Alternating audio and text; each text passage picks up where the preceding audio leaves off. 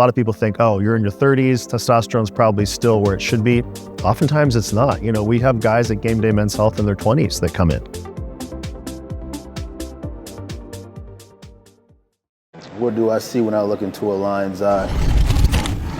You tell me. Yeah. He's the first one here. Fucking record time. Look at me. Yeah. Dude, I had to pound an energy drink on the fucking way home from that drive. I was going to say, glad you made it. Fuck. Yeah. I think I got home at like 1:50. Damn. Yeah. Shay was like, did he text you? Did he text you? I was like, no, he didn't text me. But I assume it was 1:50. I wasn't going to message you guys. Yeah. And be like, hey, got home safe. Bro, are you still wearing your band? All three, baby. What time did you guys get home? We got back here at like, 2:30 or something like that? That's not bad. Yeah. No traffic? Not really. Not coming back. That's good. Whoa. What's up, guys? Way less gear. Yeah, I trimmed it down a little bit. Look at you, handsome. Look at you, handsome. I like the shirt you're wearing, too. Oh, yeah, the tough. Got to support you, buddy. I appreciate it. I brought my beard down, too. Short. You look handsome, too, now. You're also spinning out in the face. Yeah, it's coming in. I'm in my sexy phase of prep. Nice. Before the Skeletor phase. Yeah. Yeah. Mine looked like death last year. I just sent a picture, like just blank stare at like to my mom. And she was like, oh my God, are you okay? I just said your hands down. Oh man. Jeez. Bro. That show in person. Mm-hmm. Very good. Yeah, I wanted to ask, how was it like seeing those guys up close? Go ahead. Oh, like seeing Nick, like being 20 feet from him was just fucking insane. Because I feel like Kyle was sitting right in front of us. And I'm like, he looks fucking better and fuller than he did last week in Pittsburgh. And Kyle turned around. Kyle turned around and looked at me and he goes, the most muscular from pictures was pretty gnarly. Dude, yeah. That was the craziest thing I've ever seen in fucking person. Yeah. I mean, conditioning-wise, besides probably Jose and Classic. Oh, yeah, he was. Dude, seeing that in person was nuts, dude. I've never, like, Fuad said it last week when he was in Pittsburgh. That's the craziest condition I've ever seen in person. Legit. Mike will probably agree with me on that. Like, dude, you saw every muscle fiber in that guy's body. But Terrence just structurally, he just flows better. Yeah, of course. He looks better. But seeing Chris there, me and Mike, as soon as Regan walked out, we looked at each other and we're like, oh shit. Yeah. That was the best. That was the best Reagan I think I've ever seen. And he looked great. He actually, I'm going to use the word, very pretty physique. Yep. It was pretty. Seriously. Yeah. He demolished his 2 year ago Olympia look. Like it wasn't even close. When he first came out, I was thinking that he might be fighting for second. He looked that good initially. Like I still think he should have landed in second. And but that's just like my personal opinion. Obviously, Bonac, he's just like I don't understand how he just keeps morphing like after the last few years. And I mean, he's not a tall guy. He's a little bit taller than me, I think. Was he like 5'7", 5'8"? Yeah, I think he's like 5'7". Yeah, so he's like an inch taller than me. Pretty comparable height-wise. Oh, no, then he's got to be taller than that then because Nick's, I think, like 5'8" or 5'9". Nick, so I'm about 5'9", 5'10". I'd say Nick's about 1.5 inches shorter than me. Okay, so, all right, because I know Nick is taller than me. But it's funny because, like, when we first got there, Nick walked past, and he takes up so much space on stage, but, like, in a T-shirt, it's not as, like, it's, you know, he looks big, don't get me wrong, but he's just not as imposing. But then when he takes it off and he's on stage, it's just like, where did all that come from? Like it. Well, I've worked. There's a supplement store I do business with down in New York called Natural Body, and they have this thing called the Epic Block Party every year. And there was one year where Nick was there, and he was like full blown off season. And I have a picture with him, and like he was Big. he was big. But all those guys are just really big in the off season. Like, you know, like Jordan Hutchinson's massive because he's taller, but he's just big. You know, the Brandon Barrow's huge. That dude's a monster. Yeah, and then like my our friend Elias, he works with Cameron Sheik, I believe. Like he's so wide. Like it's crazy. Like I call those boys, and then like I call like Jordan, Elias, Beef Stew, and Brandon. I call those four like the Juggernaut crew because they just look like just freaking juggernauts. Yeah, they're massive. And it's crazy because then you see those guys, but then you see Nick on stage, and like there is. They say it all the time, but it's so true. Like there is levels to this shit. Levels, man. There's levels. You see some of those guys, and you say, "Man, as hard as I've worked, and they are still so much bigger than me. Like, what? What do you do now? Like, that's why. That is why you can't put all of your stock into wins and losses, because there's always somebody better than you. No matter like what. You gotta take your wins and losses by progression. Absolutely. That's why, like, dude, you're gonna be like, because we were talking about this when we were lifting that powerhouse. Like, you're probably and more than likely gonna be almost 20 pounds up from your last show. That's a fucking solid off season. Yeah, absolutely. Yep. Yeah, those are the wins. You got to take those personal wins and be happy with personal wins like that. Ken looked phenomenal. Yes, he did. He really did. We feel like me and Mike were talking about it. Like we felt like he nailed the morning, and if I feel like they kind of overloaded at night because I feel like he lost some of his lines at night. I don't. Yeah, but he was full as a fucking house at night. I saw some pictures where he looked pretty crisp, and then I saw some other pictures, and I didn't know what was the night show or what was prejudging, but there was one set of pictures where it looked like he spilled a little bit. He was just a little not as crisp, but he was definitely full. Yeah. So I think he had the purple trunks on for the morning, and then I think was it the green at night? Yeah, green or teal or something like that at night. The morning he was spot on. He looked so good. He I think that the night show just pushed him out of the top 5 because in the morning he was definitely in that 5 spot. So in the morning, I actually had him ahead of Sass. Yep. So I mean, and then I saw that Sass took 5th, and then I was like, well, what happened? Yeah. I don't feel that Crizzo should have went fucking 3. I'll tell you that much. No, I wasn't. I was really not impressed. I think everybody there felt Regan deserved that 3 spot. The crowd kind of reacted. Well, worse. I feel like he should have been no worse than 3. Yeah, I agree. Crizzo is, don't get me wrong, that guy is fucking big. He's conditioned. But, dude, you have so much access to the best posing coaches in the fucking world, and you can't even open up for a back double. Yeah. And clearly though the posing isn't judged on like it used to be, I think, because I mean, like if that was the case, then like you should have been in 5th or 6th. Yeah, exactly. And then what kind of sucks too is it's like you got to ask yourself then, and you guys were there in person, like was he even him posing like that, subpar posing on certain poses, was he really that much better than Sass and Reagan and like? I don't think so. I'm pretty sure Mike would agree with me on that one. Yeah, and I thought, especially from behind, I thought Reagan dusted his ass, man. Smoked him. Yeah. I didn't see it, dude. I really didn't see it. But again, I'm not judging, so I mean. Hey, has Bonnet? I saw the score too. Has Bonnet qualified for the Olympia yet? Yeah, he won Detroit. Oh, that's right. Okay. He beat Sass in Detroit. That's right. Okay. Man, Sass is. I feel bad for him because he went up against fucking, he went up against Bonac.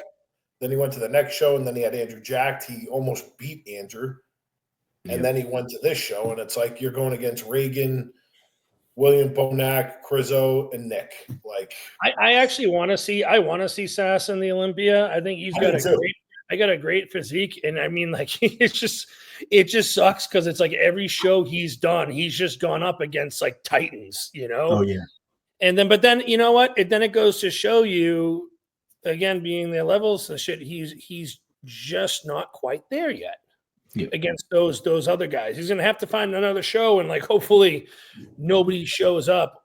Because I mean, well, like is he going to Cali? Because Reagan said today he's gonna go to Cali. I want to see Reagan on the Olympia stage too. Reagan goes, he goes, I'm going to Cali, and then I'm going to Legion if I have to. So the next two shows are gonna be fucking loaded because I know at least Tonio is doing the Legion. I'm not sure who's doing Cali. I think Sass planned on doing Cali, didn't he? So it's like now you're gonna have to like step up against Reagan. Yeah. Yeah, That's tough. Tonio looks fantastic, and he's just got like he's obviously not the biggest guy up there, but goddamn, like his shape and proportions are just nuts. Yep. He's so bubbly. Bro, that's just the wildest shot I've ever seen. And it's crazy because, like, one of the things I always thought about Nick, obviously not a knock, but I mean, it's a super subjective sport. I've always felt like his legs really needed to come up. Like, they didn't have a lot of, like, round, like, they were thick from the side, but, like, when you look straight on, they didn't have, like, that pop. And I don't know what he's done, but, like, his adductors, his quads are huge. Maybe he's posing a little different, but, like, his legs look like they grew, like, 4 inches. Yeah. No, he really meshes well with Kyle Wilkes. Yeah. He they're really does. nailing it. And the one thing that I was really happy for is remember how Nick last week was how he hit his side chest? He had it like his shoulder was like up, and he was kind of like this. Today, this time he like brought it down and pulled back, and it gave him so much more width and depth. Yeah. So he made that. That's like what a good bodybuilder does. Is they make those tiny little corrections. Yep. We were sitting slightly to the right because the cameras were like right down the center. Yeah. So I can't gauge it completely, but it even looked like his front lat spread. He was opening up a little bit more, getting a little more lat activation, which was good because back in Pittsburgh, he didn't look like he was quite opening up all the way on the front. From the back, his lat spread was so improved, but it still looked like, he was kind of not able to flare so much on the front lat spread. But this week looked much better. Do you follow Louis Marco? Not anymore. Is his page private? Let me check. He put a post today, and it was Nick's back double bicep next to Phil Heath. Really? You got to see this. Let's see. Oh no, he is not private. Yeah, that one right there. Wow. Now you want to know something? I think Phil Heath is one of the best back doubles ever. Now you can reconsider it. My eyes immediately went to Nick on this, and I think Nick is way better at this. Lower half. He's the complete package, top to bottom, shoulders. Even like look at Nick's arms. Like Phil has nasty arms, but Nick has that extra tricep hang. He's got the crazy friggin' hamstrings and adductors. You can see quad sweep from the back. Yep. I would give this pose to Nick here. Yeah, I think I am too. I mean, I've said it for a while, and when everybody was screaming, Derek's the best rear double, like I feel like people forget how good Nick's is. And like this, Nick's weakest points for a long time were the back lat spread, back double bicep, and then obviously his ab and thigh, and he's managed to pose different. His abs are like they gotta be like that thick coming out. They're like bricks. Yeah. And when you look at this picture here, like I mean, from top to bottom, I mean, even his hamstrings are carved out more, and Phil had a nasty back double bicep, but dude, I would give this one to Nick. Yeah, I mean, there's more meat and less gaps. And what's crazy is Nick's gonna, and even next year, Nick's lats are gonna be even bigger. Like he's been figuring out what works for him. I mean, it has to be, because just look at the progression the last couple of years. Yep. I mean, that like a little more lat width, and then it's gonna make his waist look even smaller. He gets his legs any bigger. I mean, I really think that Nick definitely has a shot this year and next couple of years of winning the Olympia. Yeah, I mean, at this point, he's got as good shot as any in that top 3. Yep. Oh yeah. And I think like when he hurt his hamstring, I think he probably would have won the Olympia that year. Would have been close. I think he probably would have gotten at least second at the very least. At worst, yeah. Yeah. All right, let's go to check out Bonac. I kind of want to save Doug's stuff till Doug jumps on. Let's see. William. Where is William? Ooh. Yeah, Larry Wills. Don't get me started on that. Larry. I literally looked at that and I was like, I mean, like obviously he earned his pro card, but like you can only gauge like who he's on stage with. But I'm just like, come on. Yeah. He has a pro card. And you had to go to Ireland to get it. That's all I'm going to say. Hey, you know what you got to do? You can't knock that. I'm going to try different. You kind of wonder if they were like, hey, we want to put asses in the seats. Fly over here. We'll take care of everything. Yeah. Yeah. Let's just go to Sulios. He's a nice guy too. Larry? No, Sulios. Yeah. He is a super nice guy. I never met him in person, but it's just cool that he just loves bodybuilding that much, Yeah. I met him, what was it, 2019, I think is when I met him. Very nice guy. Wow. So Bonac's second. Was that had to have been a morning shot, because I feel like he faded. Yeah. Mike, me and Mike were like there, and it seemed like when they went Nick and Bonac on their own, he kind of just faded out. Yeah.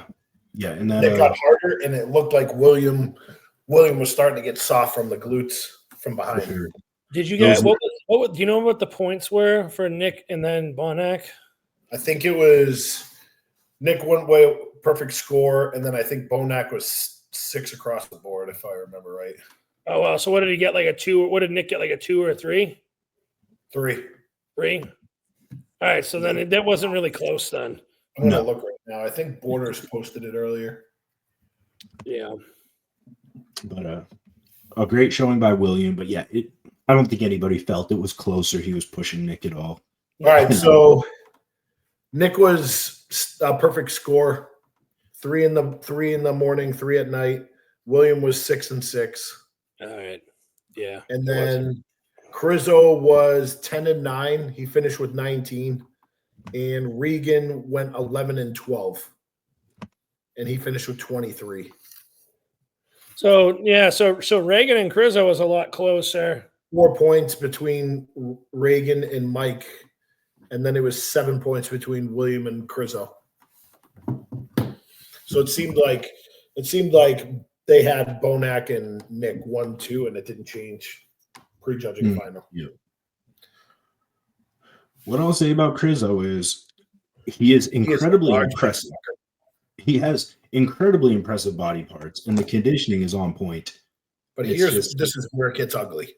He just can't showcase it yet. Like, watch. It's so bad. That's your back double. Oh my God. I never saw this. This is horrendous. Yeah. Awful, dude. Come on, Crizzo.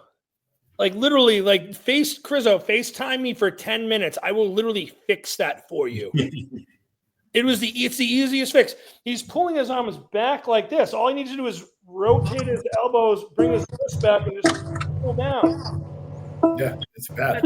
Man. And you want to know the fucked up part? He saw Steve on Friday. And Steve fixed the posing, and then he went right back to normal on Saturday. Like, look at how lopsided he is there. Maybe he needs to get some body work done. He's got some fucking impingements. Yeah. I mean, Bonak's front doubles lopsided, but he does that on purpose, kind of like how Kai Green did to kind of change his shape a little bit. You know, Bonak would kind of. Let me keep it 100. Thing. He don't give a fuck about posing. Yeah. Well, clearly it's evident. Yeah. Listen, man, and I'm gonna keep it 100, man. I feel like, I mean, I've heard it said before. Some people are just gonna look so good, and their posing ain't, and it ain't gonna matter. Yeah. We were talking about that earlier today. Clearly, the posing didn't matter that much because he got third. When Reagan gets up there and nails all his poses and looks pristine on stage. Yep. Whoever the judges ask, don't leave. Yeah. Let's put Men's Open on pause for a second. Welcome, Doug. What's up, brother? Douglas. What's happening? Let's go to Doug's page. Don't even get me started on this bullshit. Yeah. Yeah. Dude, you know what, dude? How Doug changed in 1 week, conditioning wise, Bro. Like, your glutes were just like chiseled the fuck out. I think me and my coach planned this, bro. Like, you know what I'm saying? Like, this was I was peaking for New York. You know what I'm saying? Like, I was not peaking for the Pittsburgh, man. I just did it because I was in shape. You know what I'm saying?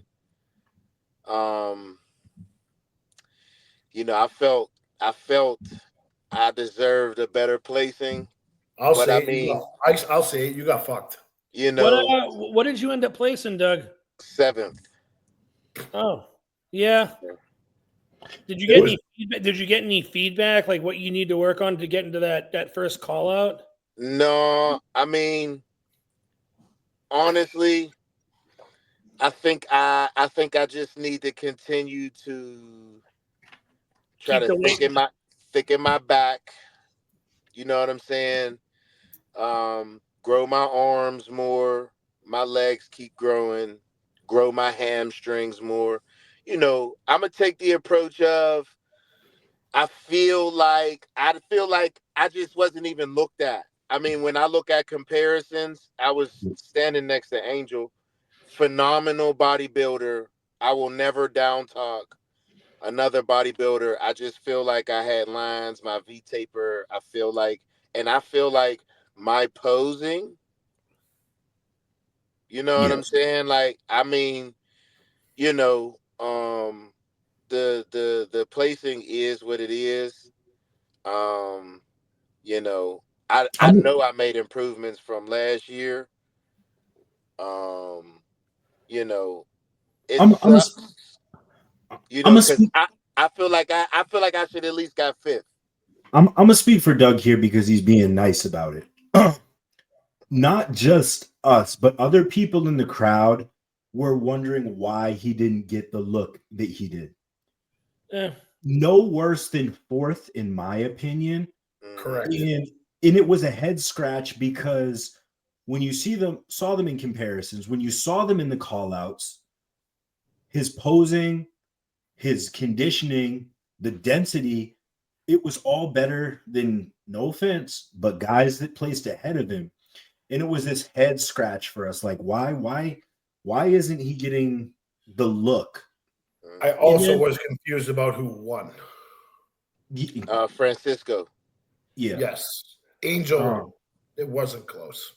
And yeah, I mean, I thought Angel had it in the bag. You know what I'm for saying? sure. He had, in my personal opinion, I'm pretty sure Mike agrees with me on that. Seeing it in person, he 100% did. Listen, and I was on stage with this motherfucker. Let me tell you, Peel, his chest, the way his chest looked, crazy. Yeah. And Doug, you should have seen his facial expression when they called second place. Like, I know you were there, you were standing right there, but like when he walked up to the line, you could see like he was shocked. He was like, what just happened? Well, Yeah, he was. The guy that won, he has like the hairdo, right? Yeah. He's from Brazil. He's a fantastic bodybuilder. He is. You know, he does look really good. I mean, Absolutely. so It's definitely not a knock. He deserved to be in that like top 3 for sure. But yeah, from what me and Mike saw in person, sitting close, yeah, I don't understand how Angel did not win that show. And like Mike said, I feel like Doug should have been no worse than fourth. and that's not even a podcast bias. That is just a fan and somebody who's obsessed with bodybuilding watching call outs. That's I feel like they missed it. And sometimes the cards don't fall your way, and it sucks. You know what? Sometimes it just happens. Yeah, and that's how I'm gonna take it. You know, because let's keep it 102. Outside of 1, 2, and 3, it really don't matter. It would have been nice to at least get a medal. You understand? But you know what I'm saying? Only thing I can do is just like you guys said. I mean, like for me, you know, I think that's kind of one of the things that I do like about bodybuilding too. You know, being as though I won my pro debut, it stings even more every time I lose and I get better. You know what I'm saying? But with that in mind, bodybuilding is a endless journey of self-improvement. You know what I'm saying? So I feel like if I just keep working hard, you know, good things will continue to happen. You know what I'm saying? I keep showing up, making improvements, you know, I won't be denied. You know what I'm saying? When I look, you could go on the website and look at comparisons. I feel like I got overlooked. I'd agree. For sure. Not even a question. It does happen. You know, the thing that's cool about bodybuilding, or just with anything in life, like you're going to strive for perfection all the time. Yeah. And, you know, some real talk here, like you're never going to achieve perfection, but in the pursuit of perfection, you do achieve excellence. That's something that I say. And I think Vince Lombardi said something like that. I think that's where I got it from. But you know, it's true. And you know, the one thing is, like, I mean, I'm sure you're very much like me, Doug. Like, whenever you get, you know, either fucked over or get your ass handed to you, like you get fired up even more to improve. Yes, most definitely, man. Like when I see me standing next to Angel and I'm holding my own, you know what I'm saying? I feel like you were. Yeah, I feel like I can only just get better. You know what I'm saying? Like, you know, and always let the cookie crumble how it crumble. You know what I'm saying? Like, it was cool, friends. So we just back there talking. I'm talking to Francisco. You know, he speaks English, so he translates for Angel. It was dope to watch. You know what I'm saying? But you know, we're just back there talking, and he asked me how old I was. When I told him, you should have seen his face. He couldn't believe it. It's like, you're 42. Shook my hand. He was like, you look like that at 40. He was like, oh my God. I'm like, thank you. I appreciate it. You know, so it's like, and that's why I like, you know, it brings me to this next point. Like, as a bodybuilder, I really want our culture to continue to go in the right direction. Like, we all know that when we do a competition, there's possibility we're not going to win. There's only one winner. You know what I'm saying? So I like to tell people, like, don't feel bad for me when I don't win. You know what I'm saying? Because it's like it doesn't validate me as a person. You know, as a bodybuilder, yes.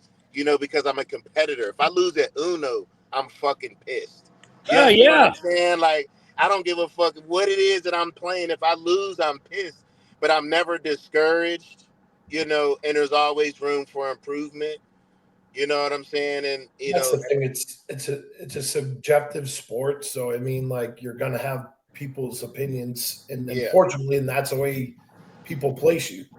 We all might feel that when we're on stage, we deserve the better place. Yeah. But at the end of the day, it sucks that it's not up to us. Yeah. I mean, that's the nature of the beast in this sport.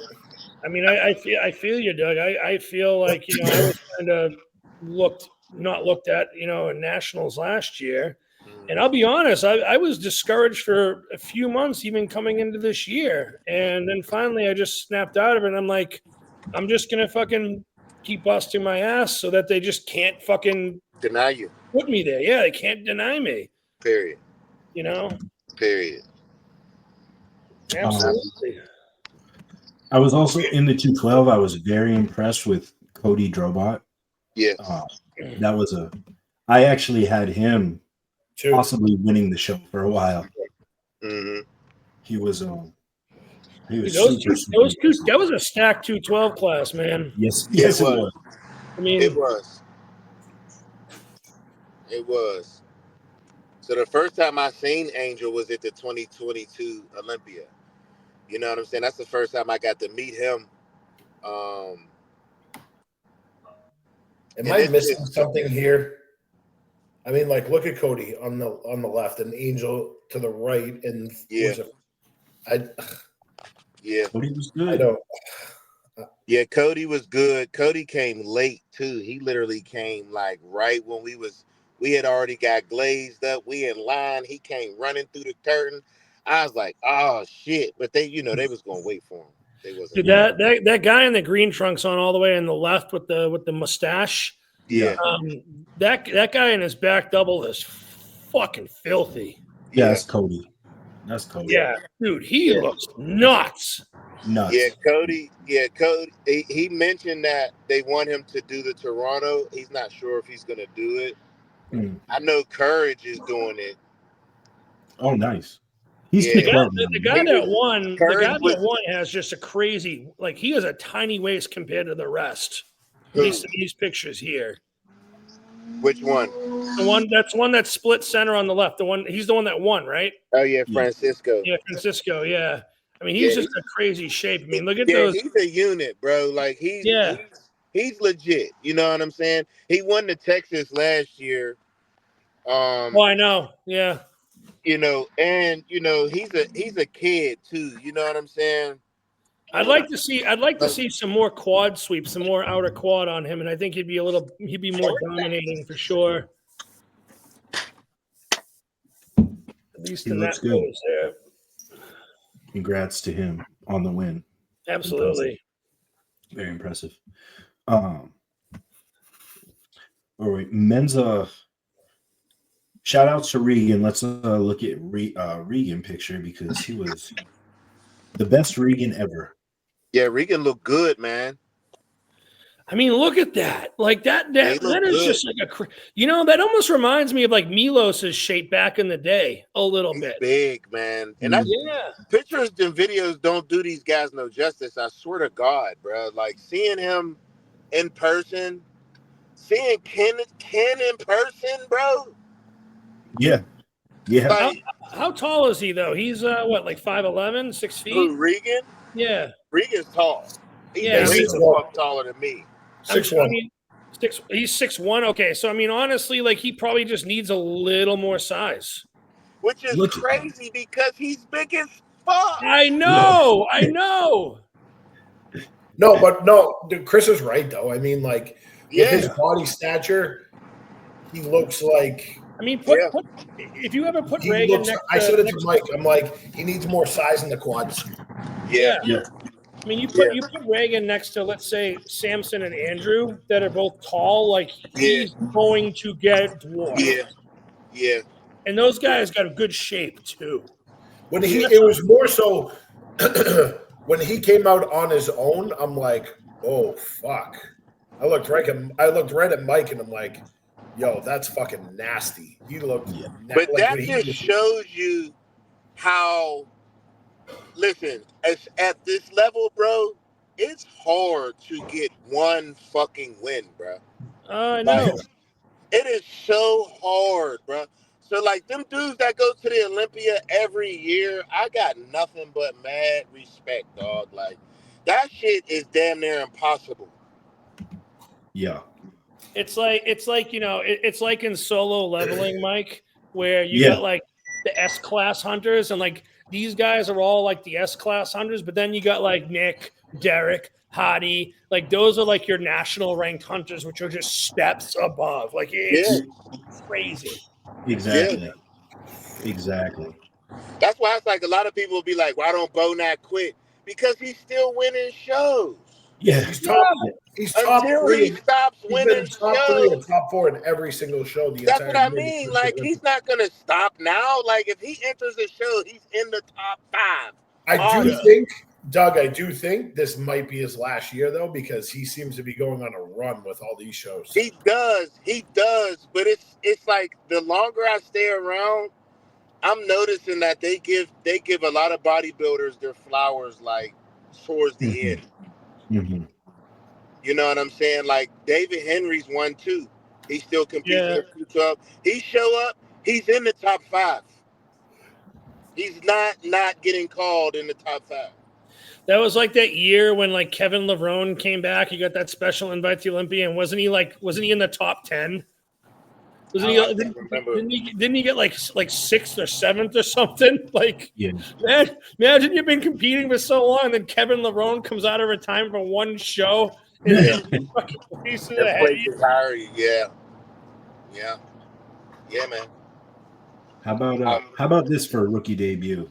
Yeah, that's incredible, man. If I was him, I would make that my show until I win it. For sure.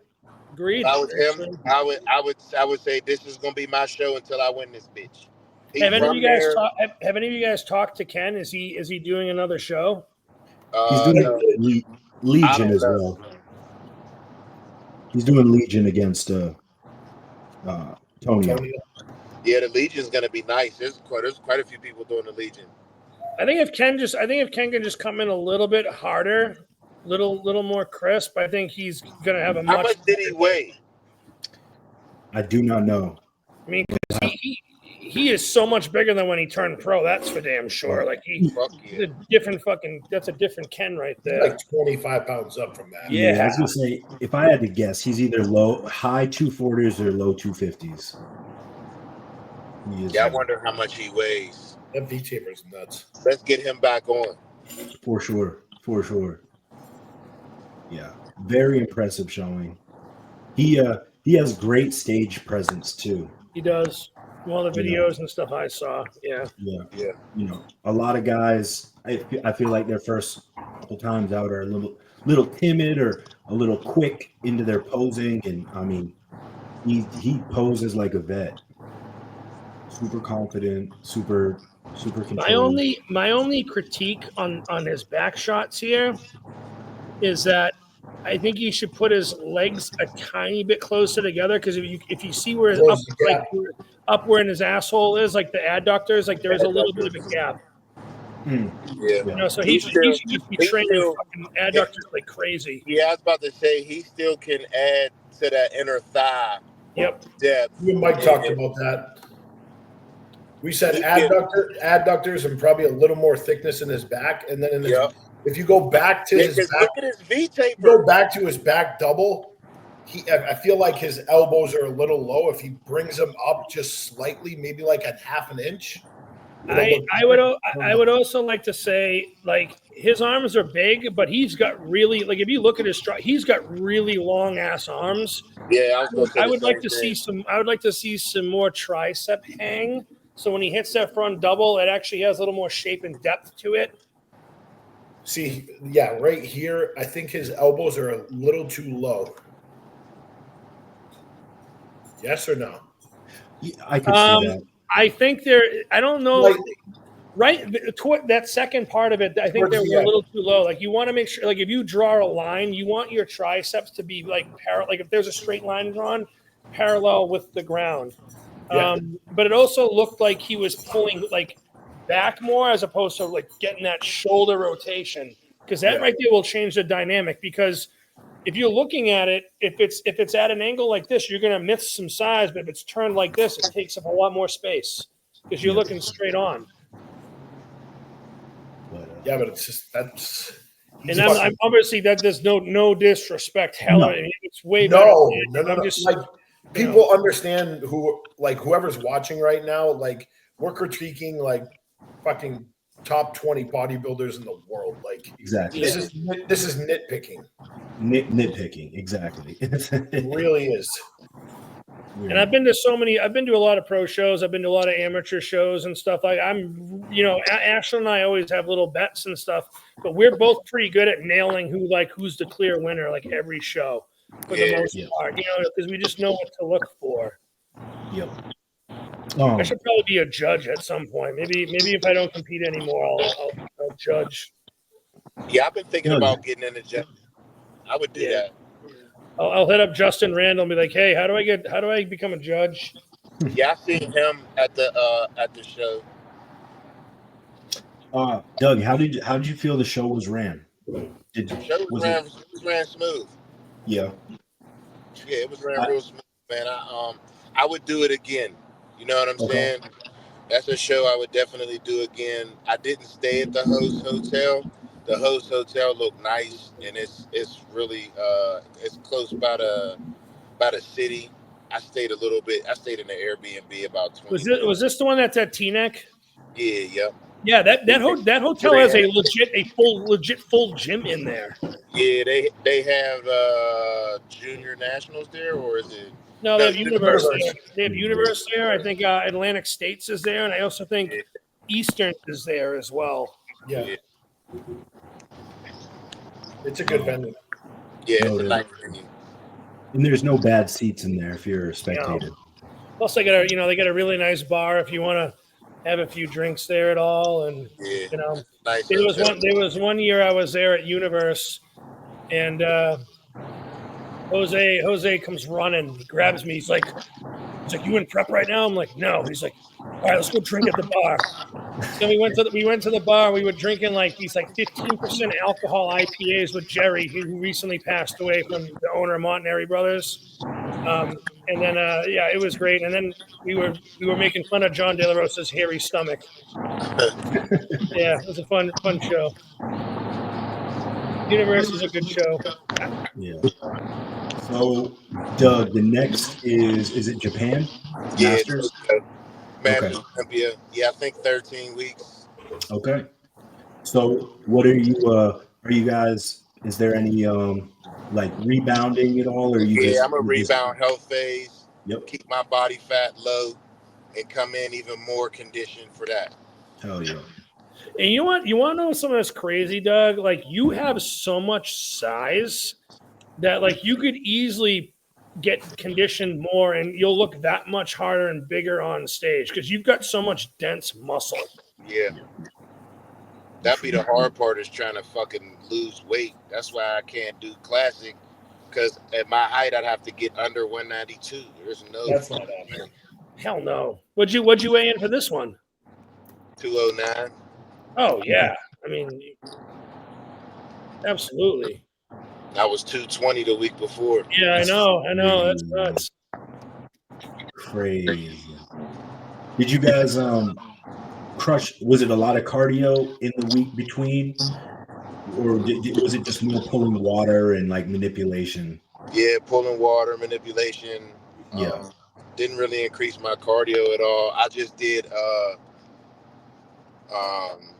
few night cardio sessions, just walking on the treadmill, nothing, no stairs or nothing like that. Yep. I feel like if it's inside of a week or 2 weeks, it usually falls off really nicely. Mm-hmm. When I remember in 2022 when I did Tampa, I was on stage at 221, and then a week later when I did Texas, I was 207. Damn. Yeah, and I literally just did cardio. I literally did cardio for 2 days after the show. I did it on Sunday and Monday, and then I literally was just I was literally at 50 grams of carbs pre-workout, 50 grams of carbs post-workout, and I just lost all of that in a week. That's crazy. Yeah. Because I don't know if any of you guys are like me. If I do cardio too much when I'm depleted, my scale weight just goes up. I just cold water. I lose my legs. I'll start to lose my legs and arms. Yeah. Did we talk about? I don't remember when it was announced, but did we talk about on here the Arnold dumping prize money to 750 No, because next year? that No, just we didn't. happened. That happened a couple of days ago, so we didn't talk about that yet. That just happened. Hell yeah. Fucking Dan threw us for a loop. I thought he was for sure up in the money last night Yeah. because he came on stage and he was like, he was at the show. Him and Jake Wood, Dan and Jake were there, and I'm like, they're gonna fucking bump up the money. And then he starts talking about how Arnold bumped up the money, and I'm like, here it comes, and he didn't even do anything. Yeah, But, 750,000. That's a pretty bag. Yes, it is. You know, I think everyone's jumping in on that. yeah. You'd be stupid not to. Can you imagine making $750,000 just in one show? One show. That's life-changing money. Yeah. Life-changing. 500K. I mean, for me, 300K would be life changing. Yeah, I was gonna say 100,000 is life-changing. 100,000, like Yeah. you know. But that's what I tell people. Like, how cool is it that our hobby is to look good, and when you're a pro, you can make money. Yeah. And if you're at that level, you can make that kind of fucking money. Yeah. I mean, Doug, you don't even have to be a pro to make decent money. Like I make a pretty damn good living. That's what I'm saying. You like know, in the industry, your which is hobby, cool. but it's your hobby to just look good.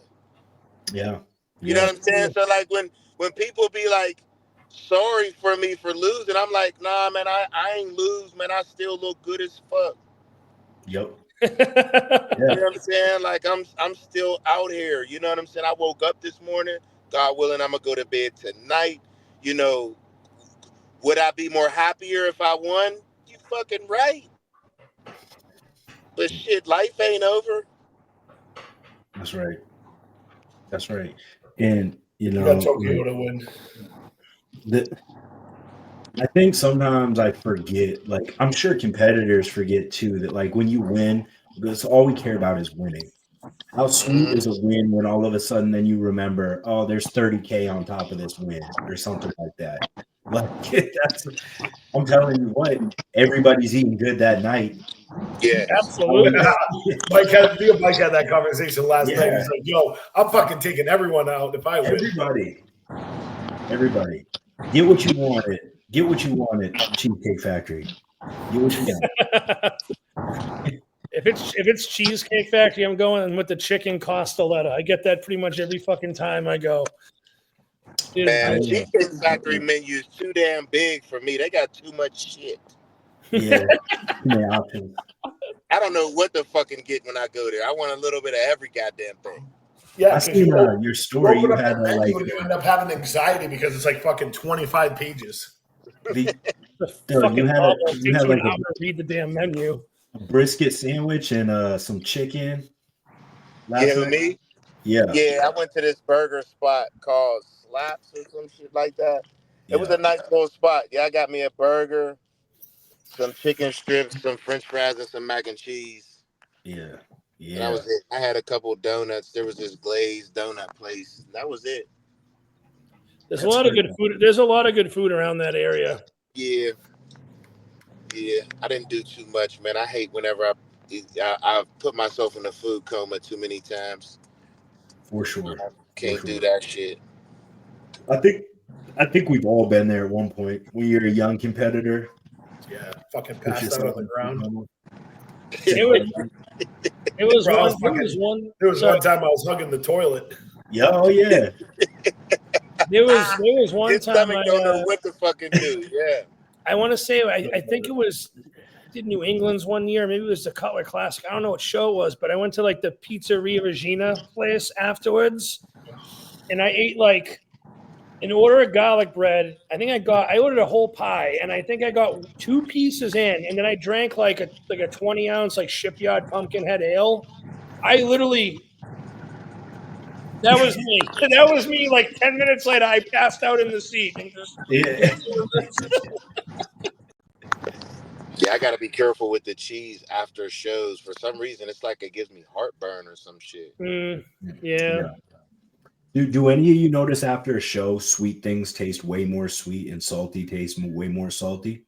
Yeah, we had that conversation yesterday. Yeah, me and Brendan were talking about this. Like, I can't eat, those like brownies and cookies and cake. It's just it tastes too strong of sugar. Yeah, you get that tingling right here in your Yeah. fucking in the back of your jaw.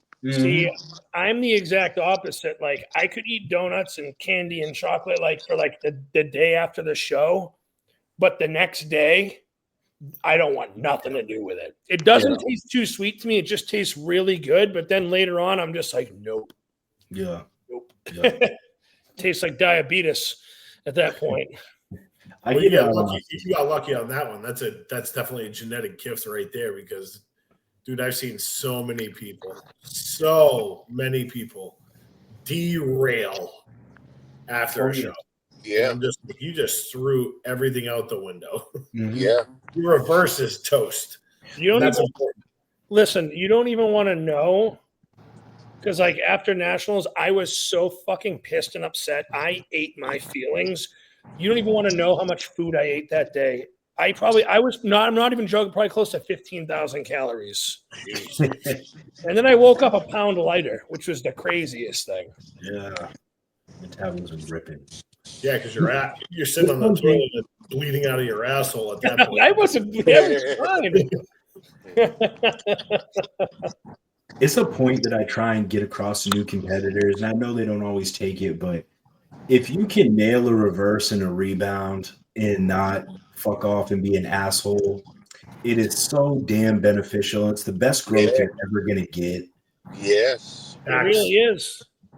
I think the first 4 to 6 weeks of anyone's reverse are the most important. Yeah. I feel like if you're a female, you got to stay within like 5 to 7 pounds. And if you're a male, you need to stay like within a 10-pound range of like what your stage weight was.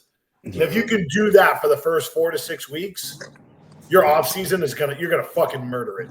I know for me, like the first 4 weeks after last show, I think I was up 12 pounds, and I kind of held that, and then like he increased the food, and I don't eat that much food, I really don't, and like it just my weight just started going like this, and then it just hits this one point and it just stalls.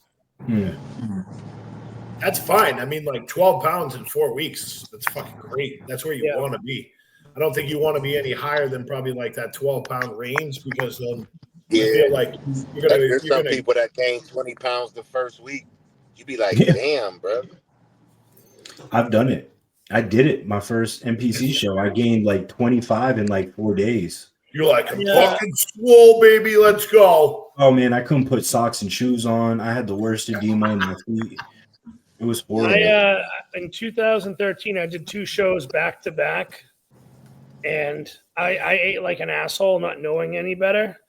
And I'm not even joking. I gained 40 pounds in 8 days. Oh my gosh. 40. What the fuck? Yeah, I remember like doing like little like 5-pound dumbbell lateral raises just to warm up my shoulders. I had a full blown pump. I couldn't work out. I had to go home. And then I started like bumping water and potassium, and I was doing so much cardio just to get it down. Oh yeah, it's a bad. You only have to do that once before you learn. Oh yeah, yeah. Listen. I don't recommend doing it, guys, because it's not even muscle, and it's like a lot of it's not even fat gain. It's just glycogen and sodium and water retention. That's all it was. And your blood pressure goes through the roof. Mine was okay. It was not high. It wasn't elevated. I don't have high blood pressure ever, thank God. But because that was one thing I was monitoring daily. Yeah. Mine jumped off. Mine went high, and I got scared, and brought everything back down. But that is a scary thing, man. I have an arm cuff, and I had a wrist one. And I got a wrist one because I thought it'd be easier. And that thing was reading me so goddamn high all the time. I'm like, I'm never using this piece of shit again. Oh, yeah. I don't suggest clients go with wrist ones because the readings are kind of all over the place. It might read you at 150 something over, 80. And then the next reading will be like 120 over 6. It's just all over the place. Anybody got any topics to talk about? Well, what's coming up next? The Dubai Pro, the next big money show. I think next big money one, Dubai. Yeah. There's this guy I follow on the gram. He did it last year. Ali, I can't remember his name. African guy, man. I like the Middle East in bodybuilding. I feel like that's where it's at. Oh yeah. Like, I The feel like Middle East. outside of the United States, bro, bodybuilding is a big fucking sport. Well, the Middle East, man, those guys are like royalty. Like you ever see like And in Brazil, like Aston, because let me tell you, during the Pittsburgh, them Brazilians was all in fucking Pittsburgh. You hear me? oh yeah, Really. Beat. So What? they actually came up and watched. Yes. Oh shit. Yes. I'm talking about, bro, how deep they was. I would love to be able to do stuff like that in bodybuilding. Go do a show in Brazil. You know what I'm saying? Like the guys that were sitting next to us were. Yeah, then and here's the thing though, Doug. Though if you beat Brazilians in Brazil, like even if you beat them here, like they are going to order 66 your Instagram page, bro. No, they are ruthless. They all seem super cool. So, what's his name? Ramon Dino came over to me to say what's up after the show. Shook my hand. I was like, "Oh, I got to get a picture with you, bro." That's awesome. So, good job at the Pittsburgh. Said I look good. You know, like he don't fucking know me. You know what I'm saying? Like for him to be genuine like that to me, that meant a lot. You know what I'm saying? Like I was like, that made my day because I'm like, you remember me? He said, yeah, you compete this weekend. Good job. I'm like, oh shit, thank you. You know what I'm saying? Like I can tell in other countries, bodybuilding is much, much more respected. Oh, it is 100%. Yeah, like that's what I was saying. And like the Middle East, they're treated like royalty. They're driving like Lamborghinis and shit. Like they are getting paid. Yeah, forget it. Yeah. You know? I think Baruz is doing Dubai. Yes, I think so too. He's gonna fucking murder that show. I hope he can get over to the US. He should be in the top 5. I agree. You know what's the topic I actually want to talk about? I've noticed that lately there seems to be a little bit better camaraderie between everyone. I was gonna say that. And I think that's great, but what I can't stand is when like there are competitors that are like trying to force like a rivalry. You know, and I was talking with my fiance about this the other day when Sarah Villegas was trying to get Shanique Grant to come back to Women's Physique and was like talking some smack. And she's like, nah, I want nothing to do with that. Like, I don't think that is good for the sport to just force a rivalry, you know? I agree. Yeah. And I think it's low key a Derek Nick rivalry now. A Derek Nick rivalry. Yeah. I mean, I could see that. It's great for the fans because the fans eat that shit up. But I feel that like true hardcore fans of bodybuilding, we don't necessarily need rivalries to get excited. I kind of like you were saying, Chris, I kind of like how it's laying out now because I feel like everyone's feeding off everybody. And there's like, this is probably the strongest body, like for the open and 212 and everything like that. Like this is probably the strongest the industry has ever been, where you're just like, you don't know who the fuck's going to win. Like that right there is bodybuilding. That right there is exciting to me.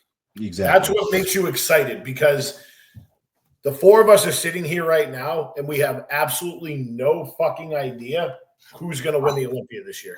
Yeah. Yeah. There's a lot of people that are contenders. I mean, you got Derek, Samson, Nick, Hadi. Like those are 4 right here. Andrew can come into play. Bruce can come into play. Then Martin could show up and prove and stuff because he got 4th last year. Yeah. You know, so it's like it's anyone's show, and anyone has the potential to win for sure. Well, I agree.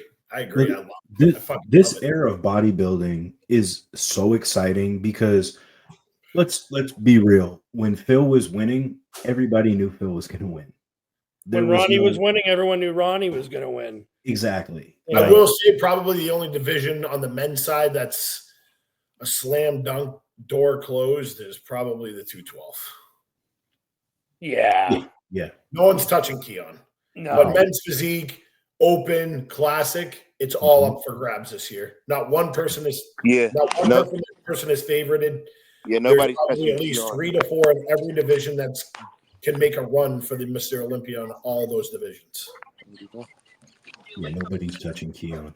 I think it's a battle of 2, 3, and 4, like 2 through 5 with the 2. I want to see Natalia Coelho beat Sarah Vegas. I would That's going to be a good matchup. It's always between those two last few years, and Sarah always seems to pull it off. I personally like Natalia's physique better. And then on the figure side, you like what's her face is gone. So she retired. So now this is going to be awesome. This is going to be open this year. Completely open up. You know, this is going to be exciting. I have my money's on Lola. I'm a Lola's physique. Yeah, I like Lola. Crazy physique. She does have a crazy physique. Tiny friggin' waist. How do you guys feel Keon stacked up against Samson at that guest posing? I had Keon winning the front double, the front lat spread, the real lat spread, and the back double. If that guy steps on stage at 225, bro, he's beating everybody. His lat. I think Keon still has like 8 or 9 pounds before he hits the weight cap of 212. He was 206, I think, at Olympia. Yeah. I think he was 204. I think he was 204. I think he was 203 or 204. Yeah. Because I know they're trying to get stupid. Because I talk to Keon all the time, and I was like, "Hey, what's your weight after the show?" And he'll just tell me. He was just here, and I was with him at the gym last week for the Pittsburgh. He wanted me to train with him, but I had already trained, so I just hung out with him for a little bit. But I want to say this about Keon.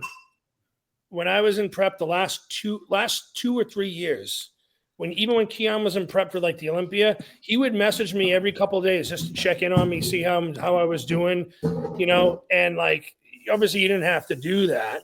But it's like, like that's pretty badass because I'm sitting there, I ain't gonna fucking look like crap on stage. Like, I'm not gonna let these guys down or myself down. But I mean, like he is an awesome dude and just loves life, loves bodybuilding. Yeah, that's my guy. Yeah. Absolutely. He's the reason why I do that crucifix pose. So, a little quick backstory. When I first got into bodybuilding, he was somebody that I admired. You know what I'm saying? Like, I couldn't believe his stature and his build at the time. So, there's this picture of him on some, like, dock doing that crucifix pose. And this one? Yeah. And then when I seen that, I did my 3rd bodybuilding competition, and I won. You know what I'm saying? So that was the pose that was inspired from him. And, a couple years ago, I don't know if you guys remember, he was sponsored with Accent Sledge with us for a little bit until he won the 212. So when they flew him in, I got to meet him. I got to hang out with him. I got to tell him that backstory. It was super cool, man. He's super genuine. Like, he called me, you know what I'm saying? Like, when he's in Pittsburgh, you know what I'm saying? I'm like, oh shit, you know what I'm saying? Like, I gotta remember sometimes I be fanboying still, you know what I'm saying? Because, like, to me, he's younger than me, but in the sport of bodybuilding, he's light years ahead of me. You know what I'm saying? And, getting to know him personally, he's a real genuine dude and he deserves everything he gets. But it's crazy that, like, he picked the right sport, bro. He's a fucking bodybuilder. You understand what I'm saying? When you're when you're small like him and you can stand next to a giant like Samson, bro, and hold your own, you're unreal. For sure. Even in Clarita too, like he's also extremely nice. Mm-hmm. The next time I go to Texas, I'm actually going to go to his home gym and train because he invited Ashley and I to train there. Mm-hmm. And like he's another one. Like, I mean, he's up there in age too. Like, you and me, Doug, and I mean, he just loves it. Yeah, I know. Yeah, I got to talk to him too. He was excited that I did the open. He was like, we need more 212. We need more 212 guys doing it. Like, not being scared. You know what I'm saying? Like, hearing that from him meant a lot to me. Yeah. You know what I'm saying? Because that is a scary fucking thing. Let me tell you. I was scared as fuck. And I was doing my best. I was doing my best to hide that. But let me tell you, man, when I seen them motherfuckers backstage, damn near asshole naked, I'm like, these are some big motherfuckers, man. Like, Yeah, Nick, but you're not exactly small yourself. I No. appreciate it. You know what I'm saying? And that felt good to receive a lot of the encouragement and the love and the support that I got from everybody from doing that, man. And like and earning the respect of my peers. You know what I'm saying? Like all the bodybuilders respected it. Like, you know what I'm saying? Like, especially the ones that knew I was a 212, the ones like, oh, you competing at 212. You know what I'm saying? Like catching up with people. It was like it was dope, man. Like, you know what I'm saying? Like, I that's what I love about bodybuilding, man. It was like for me, that was more than anything, man. Just earning the respect of my peers. I will be honest. I think just gaining respect from other bodybuilders and stuff like that. Like, not like I don't really care really what people think, but just knowing that like a lot of those guys like know who I am or like me or like that motherfucker's strong or trains hard type of thing. Like that right there. I mean, yeah, you win sometimes, you lose, but it's just like having that type of respect and everything that goes a long way for a lot of people. Yeah, the acknowledgement and respect in the industry. Yeah, it does feel good, even if like you're not winning or whatever, it still means a lot, It's just one of those things that's like just keep plugging away and the time comes. Mm-hmm. For sure. Doug said that Keon picture inspired him. That just made me think. Do you guys have any specific pictures that like you remember from magazines or like you saw on social media that like stick in your head like bodybuilding pictures that you're like, fuck, that's the coolest. There were when I first started like following bodybuilding in like early maybe like 2001, I think is when I started like getting the magazines and stuff like that. I mean, I just loved waiting to get the Muscular Development Flex magazine every month. Like to me, that magazine era was just like so nostalgic and awesome. But I remember just seeing there was quite a few. There was one most muscular picture of Branch Warren, and like that was nuts. Muscle development. That is the weirdest cover I've ever seen for that one. Man. Mike wasn't the guy that was walking into 7-Eleven buying porn. He was the guy that was buying the fucking muscle mags. Yeah, man. Look, it's funny, man. You guys say that, man, because we're probably the last generation that will ever remember magazines. Because I remember seeing the veins being so big in the guy's arms and being intrigued by that. Like, Dad, let me get this. All right, here. My pops was always with it. You know what I'm saying? Like, he was into the sport. That's how I got into it. You know what I'm saying? It's like he had interest in it, and then he always felt like I could be good at it because of my structure. You know what I'm saying? So it's like, yeah, you're right. Those because now everything is social media based. You don't even need a magazine anymore. The magazines then turn to social media. You know what I'm saying? There were a lot of pictures. Like there was a most muscular one of like Branch Warren in one of the Muscular Development magazines, which was just disgustingly filthy. Like so many pictures of Lee Priest I would just have on my wall when I was like, growing up. There was one magazine, I think it was in Flex, and it was like a close up of like Tom Prince's hamstrings from like a side chest pose. Yeah. And I was just like, dude, those freaking things are nuts. Yeah. The two that stick out to me most, obviously everybody knows the Lee Priest with Tom Platz in the background, the tricep. Dude, iconic. Yeah. That's what about this one? Oh yeah, the Arnold one. Conquer, yeah. And there's one of Johnny Jackson, and it's his back. And it looks so Photoshopped, but it's not. Yeah, it's not. It's just Johnny. I know which one you're talking about. His traps looked like they came up to his fucking ear, and they just came. Oh. Yeah. It's the craziest shit ever. I also really like the old Animal black and white. I think of like the Frank McGrath ones. Oh in the Evan Centopani. Yeah, his forearm veins. Yeah.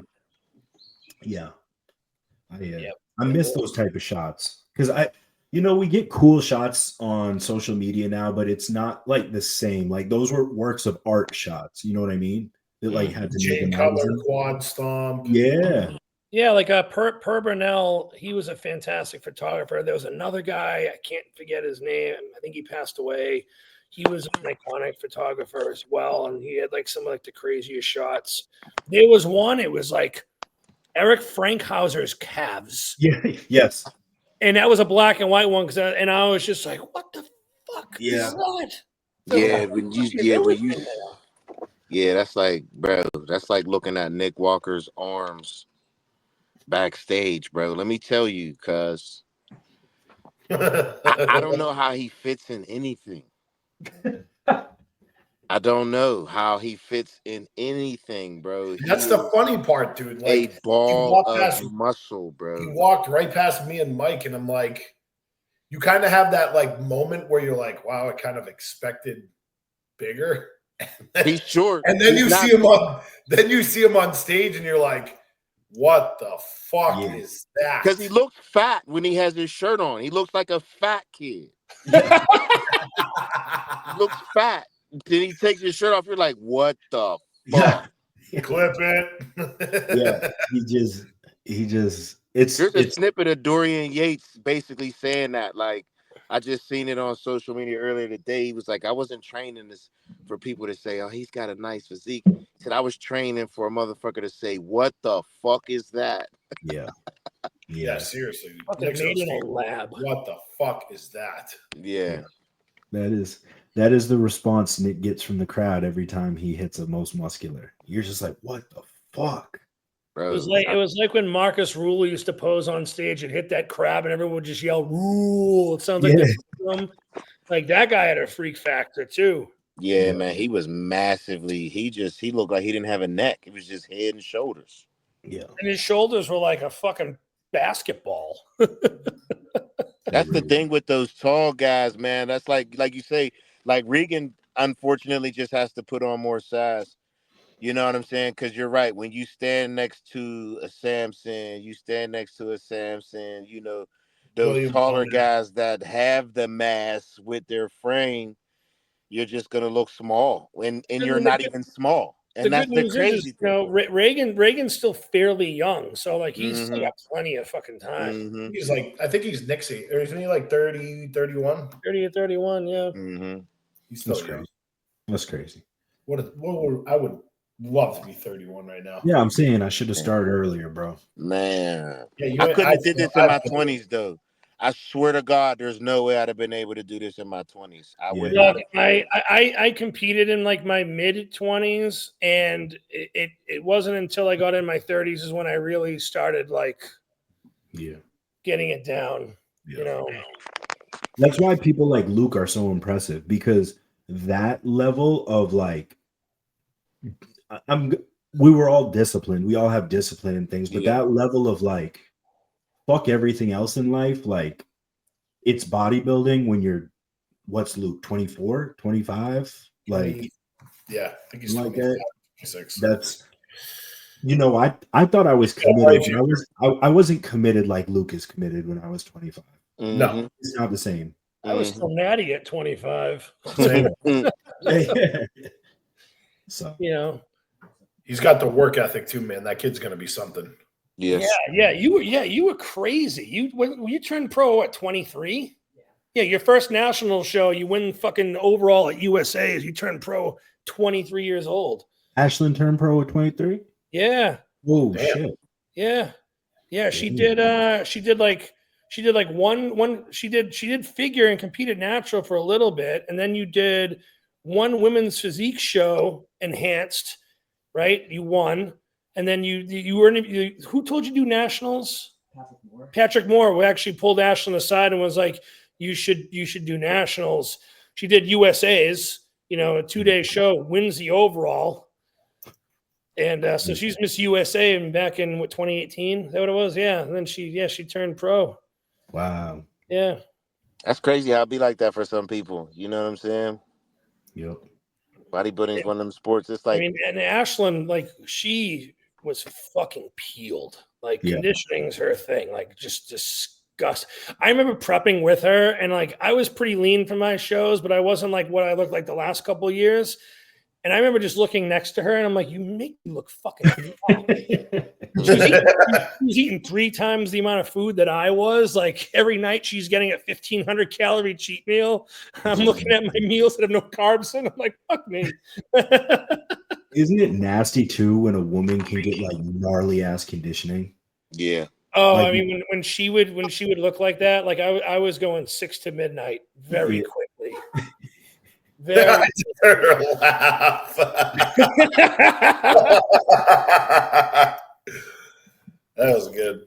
Like we'd get home from training legs, and I'd just be like, "Come here, don't want to show us." No, you know. I mean, I'm just a big fan of, like, there was one time we used to train. She'd be pressing 100-pound dumbbells for reps. Ooh, shit. Yeah. There was one workout. I was pressing 190-pound dumbbells, and she was pressing 100-pound dumbbells. People were looking at us like, "What the fuck are these two people?" Yeah. What is Ash? If Ashlyn's there, what does it feel like to be stronger than every other guy in the gym at that time? Kind of a mix of feelings. More so you're just Show your face. to really step up. She took all of her makeup off. She's not going to show her face.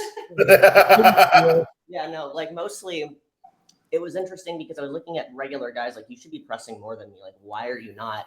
And then you, of course, get the question like, "Oh, you're on gear, you're doing this, you're doing that." Yeah, but I'm still putting in the work and I'm still pressing more than you. That's a significant problem. So That's everyone's excuse is that, it's a gear thing. No, it's not. it's not. Like there was one time we were doing like that plate-loaded legend shoulder press at Impact. You know which one I'm talking about, Brendan. Yeah. And she had 3 plates and a quarter on there. And like she's getting ready to do it, and she's like hitting the smelling salts and getting like jammed up, you know. And like they were like a bunch of kids. There must have been 10 of them. They're all like whacking each other, like, and they're all just stopped and they're just staring. And she's just banging reps out. And I was like, "Fuck yeah!" You know. Like, I've never been so proud in my life. Yeah, you know, and Ashlyn was great to watch on stage too because she poses really well. Like and when she did the Tampa Pro in 2020, she actually got the Muscular Development like Best Posing Award. That's what's up. Which was cool. Yeah. So I always feel like if you're a woman, you gotta like. I know Shay always says she fucking loves the fact like when we'll have a leg day and we'll go in there and there'll be some 22-year-old squatting like 225 for 10, and then she'll throw like 335 on there and squat it for 10, and she loves that shit. absolutely. Like I just don't know how grown men don't work out. that's Thank you. I just don't. Doug got him. He got him. I just would never want to be in a situation where I need to be strong and I can't. I just don't. I feel like as a man, that is my obligation and my duty on this planet. I'm a man. You need to be protected. I think even after we're all done competing, we're still gonna be like fucking hungry to be strong and big still. Man, listen, bro. And I'm sure you guys do know this, and I say this with all seriousness, and I tell people that because people, where I grew up at, dudes be like, man, the muscles don't stop them bullets. I'm like, they ain't stopped making guns when they made yours. Don't get it fucked up. You understand? I can shoot. I got a pistol and all of that, but it ain't even about that. I don't want to be in a situation where I need to be strong and I can't. That don't mean that I need to be strong with another person. I might be on a fucking hike somewhere in another country because I'm enjoying life. You're fending off a mountain lion. Yeah, you know what I'm saying? And I need to be able to get my way out of this situation. You know what I'm saying? And for me, people who don't take care of themselves like that, you taking life for granted. If you're ever somewhere and somebody sees you're vulnerable, you're fucked. Yep. That's what that's a big thing too. Like they'll look at people like us and they'll be like, it's gonna be a pain in the ass to you fucking right. I'm gonna have somebody look at you, they're like, that's gonna be some work. So is you trying to work or no? Yeah. I mean, here's the thing too. Like a lot of bodybuilders, like they're not very mobile. Like I've seen some bodybuilders like put up videos. And I'm like, oh, like what's an MMA fighter gonna do against me? And it shows them hitting the heavy bag. I'm like, motherfucker, You it's don't know over how in to 20 throw a seconds. goddamn punch. I Yeah. can see that thing coming fucking 2 light years away. And a lot of us bodybuilders are ex-athletes. I tell people that. Don't get it twisted. There are some guys who are not mobile, but there are a lot of us who are former athletes. I'm And one we of are them, still for sure. athletic. We all are, We're just bigger. And that could be a good thing, but it could also be a bad thing for you. So a couple guys had to learn that lesson from me. And the other thing too is, I did Muay Thai for a while when I was younger. I did boxing for a while when I was younger. I did a little bit of BJJ just so I had a little bit of a ground game. And I also did Kempo and karate for a long time. I was going for my brown belt test, and I got cocky, and we were doing point sparring, and I had to spar this girl that was like a 2nd degree black belt, and she beat my ass and made me look stupid. I quit karate 2 weeks later. But I mean, at least I was always a real small, skinny kid that got picked on. So my mentality, even if I ever got into a situation, even when I worked security and I got into physical altercations, I still reverted to like that 120-pound kid where I was trying to move and hit, and then it's all of a sudden like you hit somebody with all that size because you're still throwing a fast, good punch. You're like, oh shit, just being strong comes into play in everyday life, right? Like I remember last summer, this guy had to change a tire and he could not get the bolts off. That's what I mean. Like, you don't ever want to be in a vulnerable situation. You gotta call your fucking dad to take bolts off. That's what I'm saying. So I had to come over, and I didn't want to embarrass him, but at the same time, I was able to wrench him off, and he wasn't, and we got the tire switched out for him. But you never want to have to ask another man to do a task that you should be able to do yourself. The one thing that I think about lifting and just being strong and still being healthy and everything. We were out shopping today for some like stuff for the house, like curtain rods and shit. And there was this one older guy, and he's like hunched over, like can barely push the shopping cart, can barely carry the bags, like just regular activities of daily living. Like, like if I'm older and stuff like that, and I don't have kids or whatever, like I need to be able to move the couch to do something, or I need to like move a TV or just carry something up the stairs. I want to be able to do that. The fuck is that? My music, my bad. No, but you're right. Like, and also, as you get older, those stabilizer muscles become weaker, and you see a lot of guys, like you said, hunched. But if you stay physically active and weight training, or your quality of life at the end of life will be much better. Yes. That's just what it is. Yeah. I know once I'm done competing doing bodybuilding, I think I'm gonna do some powerlifting meets and see if I can set some geriatric records or something. Yeah, staying active. I think that's really what it's about at the end of the day. You know what I'm saying? Like, I always tell people, like, when people hear me say, you should build and develop muscle, they think of bodybuilders. And it's like, no, I'm not saying build muscle like a bodybuilder. That's different. That's a desired look. Has to be something you want. But as a normal human being, you want to have some good muscle tissue. It's cushion for your bones.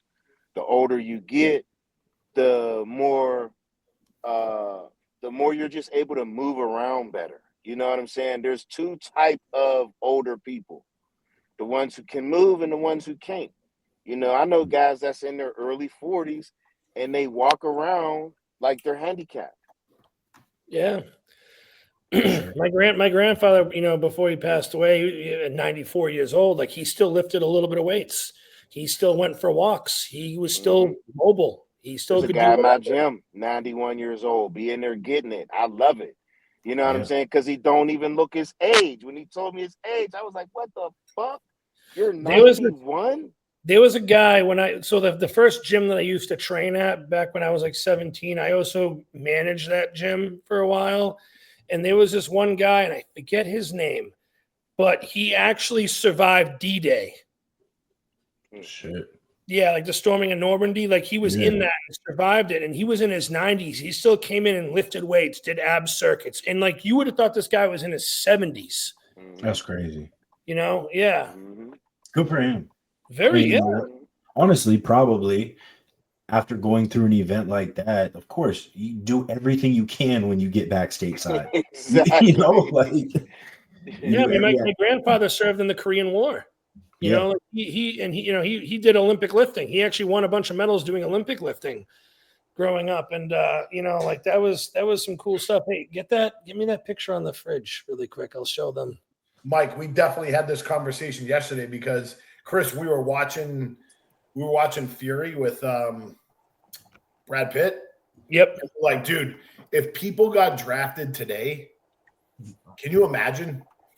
It'd be a fucking joke. Where's our safe zone? Motherfucker, the safe zone is when we kill everybody in the area. Then it's the safe zone. Yeah, because in that movie, they literally like are replacing one of the guys in the tank with a guy that's like a typewriter guy. And he has to like end up killing people within like 36 hours. And it's just like, yeah, this is my grandfather here. This is him on Nantasket Beach. This picture is probably from the 1940s or 1950s or something. He hitting that most muscular? Is that most muscular? Yeah. Oh yeah. Yeah. Pretty cool. So people would be fucked, man. I'm telling you right now. Like, but we also, there's a good question, Mike. Ask them the question that you asked me. Oh, yeah. My question was, that's a good question. What do you think the worst period of time, generalizing, like let's say like medieval battles, like musket battles, World War I, World War II battles, or modern day, which war zone do you think would be the worst to fight in? The one without guns. I was using swords and shit. Yeah, could you imagine trying to? There's just some the thought of stabbing somebody is like so personal. Like I was about to say, it's intimate. I'll use the word intimate. Yeah, I don't want to stab anybody. Yeah, you know, we were talking about. There's a movie called King with Timothy Chalamet. There's one scene where they have a big fight on the battlefield, and I think it depicted what I imagine fighting with swords and shields is like. And it's not so much like that, you know, choreographed like it's you're bludgeoning people to death. You're stuck in a pile of people. You're getting stepped on. You can't breathe. You have, you know, a helm on your face. Your armor is getting smashed in. You're suffocating. Like, yeah, it's not so glamorized. Like, you know, you always see sword movies. Well, you know, here's the thing. Back in like medieval times or like, you know, Celtic times or back with the Nordic stuff going on, whatever, even like the Roman Empire, you did not have the luxury to be a pussy. Exactly. No. Unless you're like a politician, you know, unless you're a politician or whatever, or like you're, you know, but even the women were stronger back then, you know? Yeah, you just hit the nail on the head. You had no choice. The luxury of being a pussy. That's some people today, men today have the luxury. This generation would be fucked. Being a pussy. That 18 to 25-year-old range would be fucking dead within like 20 minutes. I mean, imagine you're out in like you're out in like your house in the hillside or in the woods, and you've got to go into town to get supplies, and you're on a horse. Like you may not come back from that trip. Yeah. It's not like I drive 3 minutes like this. Wait a minute, I gotta go on a horse. Can I bring my phone with me? Can I GPS it? Is there Wi-Fi? That would be I need to hook on the Wi-Fi. Can we get Wi-Fi? Like that? That's people's thought process right now. You actually had to have survival skills. Can we get you need to know constellations. Well, what'd you say, Mike? I missed it. I was like, can we get an Uber horse to the house? Like, dude. And then imagine getting shit-faced at the local tavern and riding your horse home just hammered. Like, talk about some drunk driving skills. Fuck. Isn't it crazy, though, like how in the last 20 years it's like the mentality has completely fucking changed. Yeah, as technology increases. Yep, I agree. You're 100% right. You're not even wrong on that. I mean, people are getting used to hiding behind either a phone or a screen and talking shit. Yeah. I mean, I when I first started driving, like I read maps. Yeah. And how many times I got lost and I just figured it out? Yep. Same. When I first started driving at UPS, no power steering. The fucking step ups were like 3 feet off the ground. We didn't have, like our faces weren't our map book. And like now these guys are complaining that they have to go do a route blind. And I'm like, motherfucker, you have no idea. Try driving a truck with no power steering. You got to walk, you got to step up 3 feet every time you get in and out of the truck. It's a fucking standard back then. And then now boards have GPS in them and they fucking have a line. It's literally follow the line and then it goes beep, beep, beep when you're literally 100 feet from the house. It's like, it's so dummy proof now. It's not even funny. And I'm like, you motherfuckers have no idea what it because I remember having to use MapQuest to find fucking places and shit. Looking at a real map. Directions on my printer. Looking at a real map. You know what I'm saying? Guesstimating where you're at. Yeah. Mile markers and shit. Yeah. Dude, if we wanted to drive from like Maine to like New Jersey, we're ending up printing out like 6 pages on MapQuest and fucking like 92 directions. Oh yeah. I remember when I was 18, I first went up to the Adirondacks, visit my uncle because that's where he lives. I literally had to map my route out on a fucking map, and then I had to pay attention so I didn't miss a turn. You miss a turn, and all of a sudden it's like an hour later, and you're like, "Where the fuck am I?" And you're like, "Oh shit!" You got to pull over to the side of the road. You have to remap your stuff on everything like that. It took some skill. For sure. Going to the library to look up shit in the Encyclopedia Britannicas. Yeah. Yeah. Cod catalog, the Dewey Decimal System. Man, these kids will never know. They will never know. Not even that. Then you'd find a book that you need, and you'd open up to be a fucking dick drawn in there. That's what I mean. The least men can do is work out and be protectors. You understand? Because if shit hit the fan, a lot of motherfucking people would be useless. A lot of men would be fucking useless. I think every man should know how to change a fucking tire, how to start a fire, how to fish, how to hunt, how to also forage the land for food. Like I'm talking like I've literally eaten grubs and grasshoppers before in the woods because I was hungry. Like they were alive. Build shelter from the woods if you need to. Come out. Shit. Those definitely should be essential things, and but they're not. And that's why I say like think about it, man. If somebody really wanted to attack our country, they just hit our power system. Yeah. You cut off the power system in the United States, people would fucking freak. We would kill ourselves. You just trigger a massive EMP. Yeah. Massive EMP. You understand what I'm saying? Like we would kill ourselves trying to survive instead of helping everybody live and survive.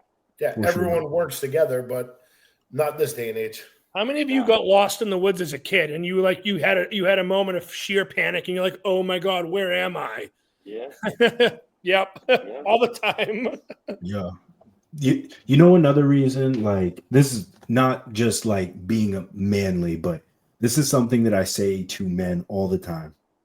We can control very few things of like how we present ourselves in the world. I always say there's 3 of them. You can control your haircut, you can control your clothes, you can control your physique. Why wouldn't you want to have the advantage on all 3 of those? Why don't you want to?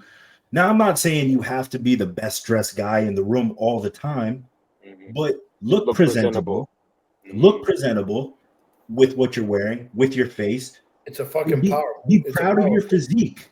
Like if you do those 3 things, you are such a step higher than every other man out there. It's a power move because in my eyes, instantaneously, whether you're at a wedding or you're walking into a meeting and you're a sales rep or whatever the case may be, if you walk in and you are you're presentable and you have a good physique, the eyes automatically go to you. For sure. And I think another thing, and this is what my uncles taught me when I was 3 fucking years old. When you give another man a firm handshake and you look him right in the fucking eye. Yeah. Where people just like the limp, the fucking, it's like a trout. It's like a Bro, I hate the non-eye contact from younger kids these days when they're addressed, like having a back and forth conversation, and they'll just be like, you got to remember, some of these kids don't have anybody telling them things like that. Like, it's true. You're right. You're right. Hand, you shake his hand and you look him in the eye. You know what I'm saying? Because some kids they're intimidated. Yep. You know what I'm saying? Like, they feel like looking you in the eye is disrespectful, as opposed to realizing, like, no, that's two men showing respect. For sure. A couple weeks ago, when I was, my sister was competing and she had her kids there, my oldest nephew Vince, he just unprovoked just runs up and just right hooks me right in the dick. Like, just punches me right in the dick. And his dad's not in the picture. I let you know that kid didn't even get a chance to pull his hand back. I grabbed him by the shirt and I put him on the bed and I go, "You don't ever hit another man there." Ever. And then he wouldn't look at me, and I'm like, "You're gonna look at me." And then I stood him up, and then I was like, "Look at me, make eye contact," and I had a nice talk with him. Mm-hmm. He cried for a little bit, and I'm like, "Stop crying. It's your fault. You hit me." Nothing to cry about. And then he said he was sorry, and we were good after that. But if I ever punched my uncle in the dick, I would have caught him. You knew not to do it. My uncle, and then I would have caught hands from my dad. You knew not to do that shit. That was like me. Shit, man. My dad whooped my ass one time.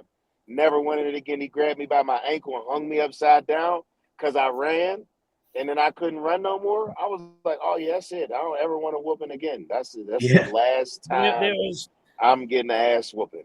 There was one time I was like 16 or 17, and I came home shit faced, and it was down the street, so it wasn't that far of a drive. But I mean, I shouldn't have been driving. I should have been drinking in general. And I was like rummaging through the kitchen, kind of loud, just looking for food. And my mom came downstairs, and I was like, like slurring my words. And my mom's like, "Are you drunk?" I'm like, "Mind your fucking business." So I said to my mom,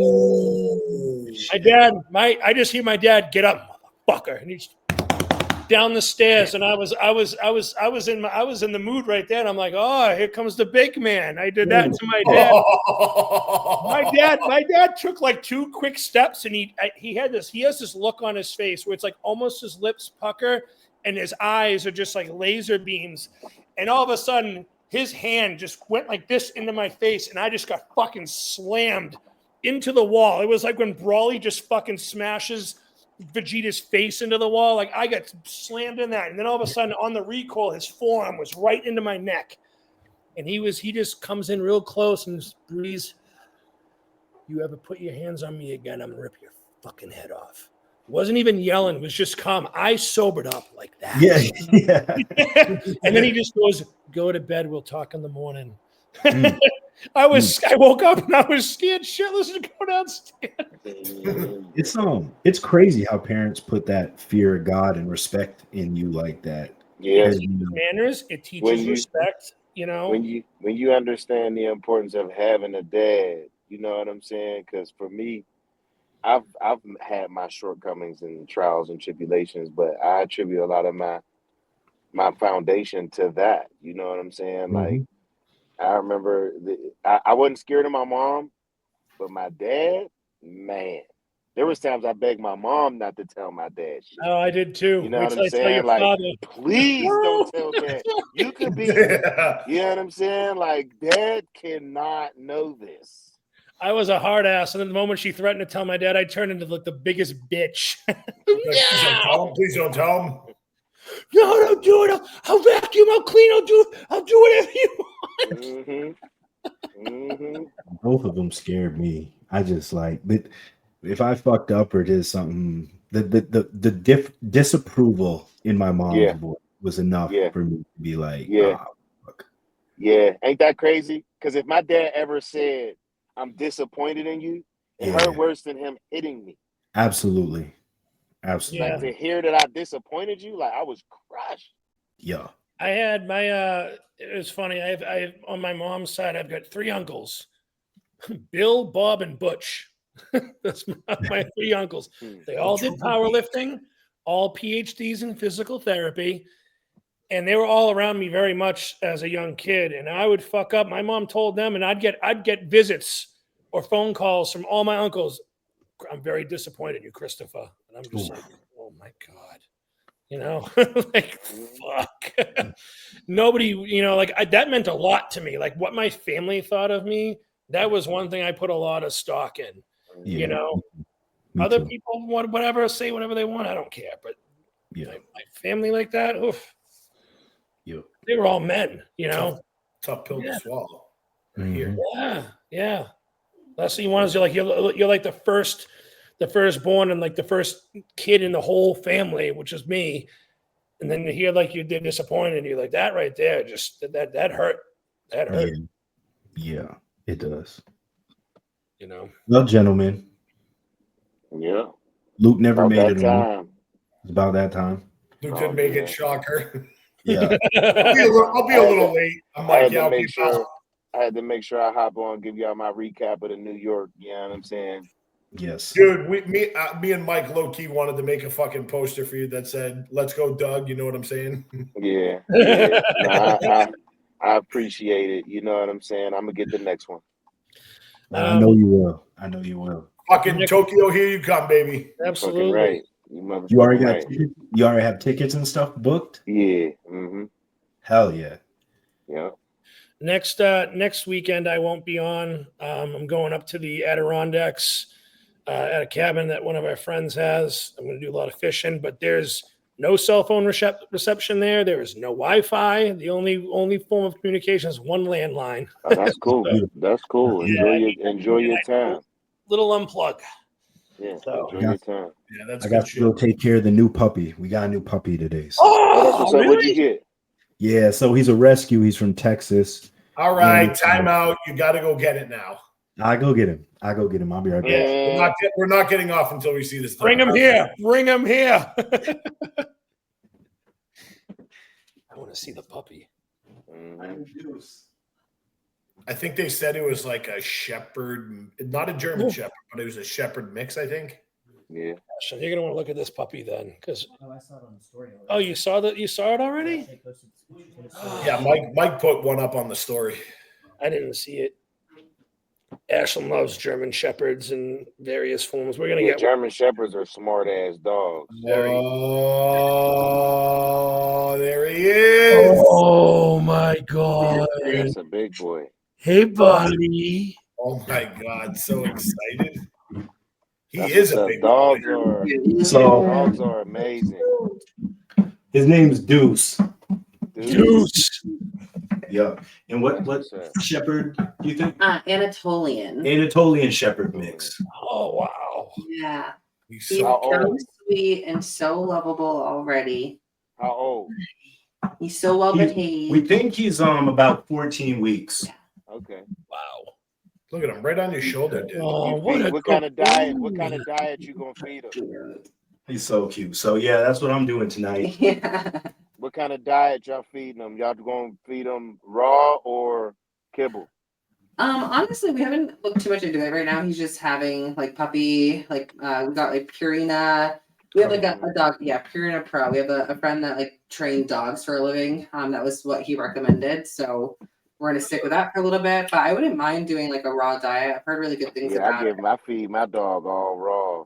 Yeah. I'll give her kibble sometimes, but it's really good for her teeth and her fur. Everybody always usually asks, do like the farmer's dog.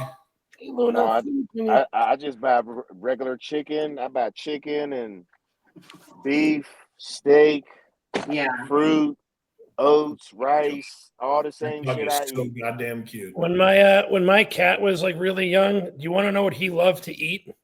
I would always do like whey and cream of rice and peanut butter. He would literally lick the damn bowl clean every time. He loved it. My cats do that now. Yeah, he'll still do it when I eat it. They love the peanut butter. Yeah. Yep. Well, we got to meet Deuce. Yeah. What a good boy. I think we're bringing him to Rhode Island in the next couple of weeks. Yeah. Are you? When's Rhode Island? That's not next weekend, is it? No, no, it's the 31st. I don't know. 31st or something. Okay, cool. Yeah. All right, gentlemen. Yes, sir. You guys have a good night. Good week. Have a good night. Bye, Deuce. All right, fellas. Bye, Deuce. You go. Bye. Bye, guys. See ya.